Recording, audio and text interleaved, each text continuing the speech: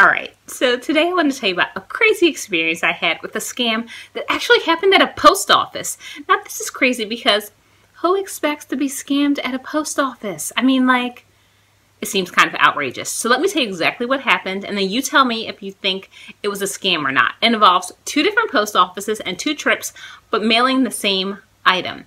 So by the way, if you haven't already done so yet, make sure you subscribe to my YouTube channel. It's roaming around the world. I'm currently traveling all around the world, making videos, showing you the really fun stuff, but also showing you some of the not so fun stuff, like people getting scammed like me, like what happened.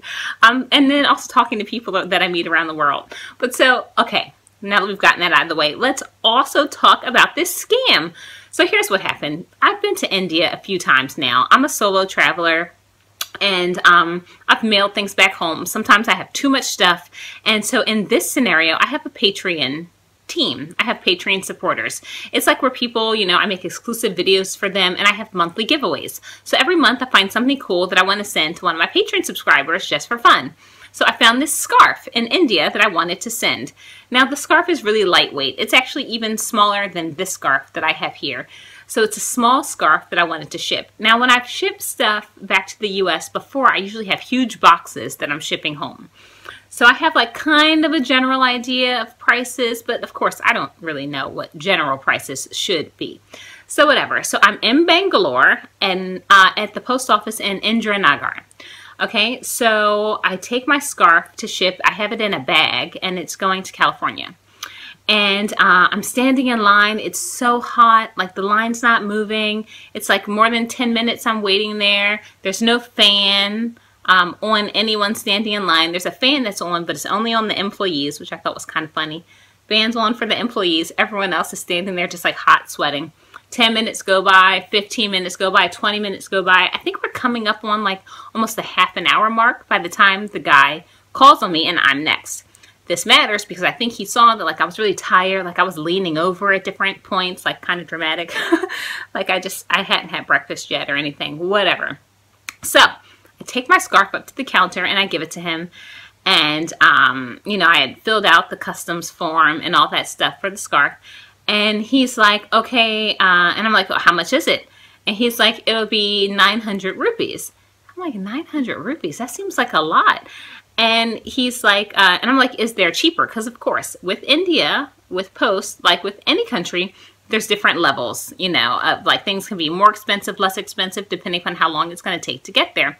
So I wanted like a cheaper option. Sorry, Hot Dog LA, I wasn't trying to spend for the really expensive shit, like overnight shipping.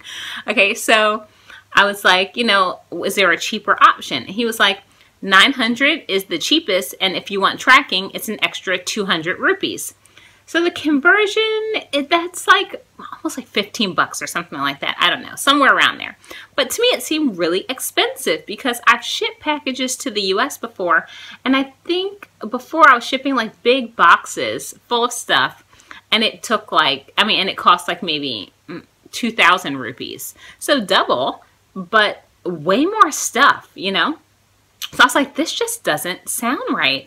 And I ship stuff all the time, but like not from different countries. But I was like, to ship a scarf and have it cost more than $10 seem really extreme to me, especially when I don't want overnight shipping. I don't want any fast speed or whatever. So I did not ship my scarf from there. I didn't ship Hot Dog scarf. So I just took it. That's his name, by the way. Sounds weird, like Hot Dog. Anyway, but so I didn't ship the scarf. So I took it with me. I was like, I got to find a better, you know, post office. I need a second opinion. I don't think that price was fair. So later I take a train. I go to Tiruvannamalai. Now, by the way, by this point, it was in an envelope. I spilled some dal, you know, on the train. I spilled like some dal and some sabji onto the envelope. Don't worry, I washed the scarf because it did get a little bit of turmeric on there. So I washed the scarf, but now I don't have it in the envelope. So it's the same scarf, but now I'm shipping it in a box. So I take the box with the same scarf in it, which actually now feels heavier, but I take it to the post office in Tiruvannamalai. And I'm like, okay, and I'm prepared for him to give me some crazy price again because last time it was 900 plus 200 if I want tracking, and now it's in a box where it's heavier. My God, what is he going to say the price is? So this time, the guy tells me how much, what is the price? He says 300 rupees if you want tracking. And I was like, total? Like 300? And he was like, yeah, it came to like 305, okay, to be precise. And I was like, oh, wait a minute. How on earth is it possible that in one place it cost me over 900 rupees to ship one scarf? The exact same scarf at a different post office cost me 300 rupees. That's less than half the price the other guy was saying. I think clearly this first guy was trying to rip me off, which is crazy. I mean, granted, okay, Bangalore is in a different state than Tiruvannamalai, right? So Karnataka versus Tamil Nadu, but can the prices really vary that much from state to state? And by the way, I was at official post offices, right? I wasn't at those shipping centers. There's places where people will go to ship a package that aren't post offices, where it's like you pay someone to pack it and to take it to the post office for you. That's not where I was. I was at an actual post office in Indranagar off of one of those main roads.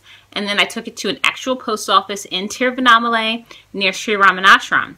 So I was at official places, which also, by the way, makes it a little bit disturbing to me that someone would try to scam me at an official post office. I mean, like if I'm just on the side of the road, or, you know, like at one point a porter tried to scam me at a train station. If you didn't see that, I'll post the link to that video. But like that, I can sort of understand and expect, you know, like he's not an official worker or whatever. I don't expect much from a porter at a train station. But like this dude at a post office is really running scams out of there. And then it's like I was wondering, was he going to keep that money for himself that he was overcharging me? Or was that just going to be charged to the post office and the post office gets the extra money? Listen, I don't know.